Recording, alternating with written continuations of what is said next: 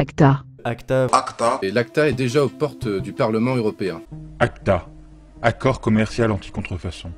Qu'est-ce que c'est? En effet, il y a deux sortes de lois, les lois liberticides et les autres.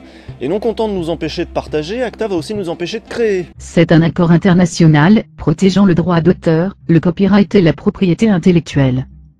Cet accord est censé empêcher la contrefaçon de produits et de marques comme les copies de produits de luxe ou l'usurpation de marques, par exemple l'utilisation d'une marque de voiture célèbre pour des tampons périodiques. Une simple vidéo d'un concert ou un MP3 envoyé à votre frère peuvent tomber sous le coup de cette loi, autant que des semences envoyées en Afrique pour aider à nourrir des populations affamées. Pour être appliqué, ACTA autorise donc l'accès à toutes vos communications afin de vérifier s'il y a présence d'un contenu illicite.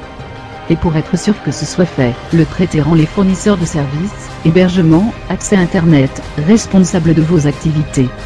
Comme si la lecture de vos communications personnelles, violant l'article 8 de la Convention européenne de sauvegarde des droits de l'homme et des libertés fondamentales, ne suffisait pas, cela incitera les FAI à restreindre vos accès à certains sites, voire modifier les contenus que vous envoyez.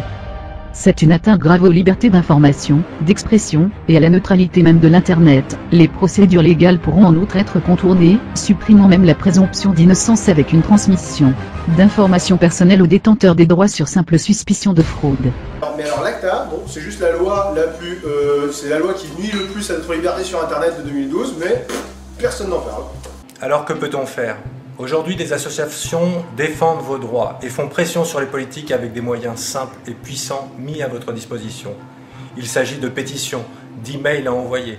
Rapprochez-vous d'associations telles que Havas.org et la Quadrature du Net et agissez simplement pour préserver l'Internet de la censure qui veut lui être imposée.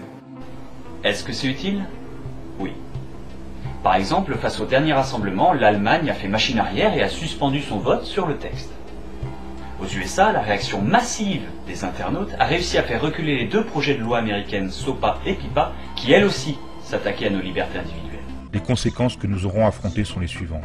La censure d'Internet, des restrictions à la liberté d'expression, la perte de la neutralité du net due à la restriction d'usage de certains protocoles, une totale surveillance de toutes vos activités en ligne, la perte des libertés et la restriction des droits civiques, des sanctions comme la coupure de votre accès Internet. Et nous n'obtiendrons rien. Le temps est venu d'agir pour Internet.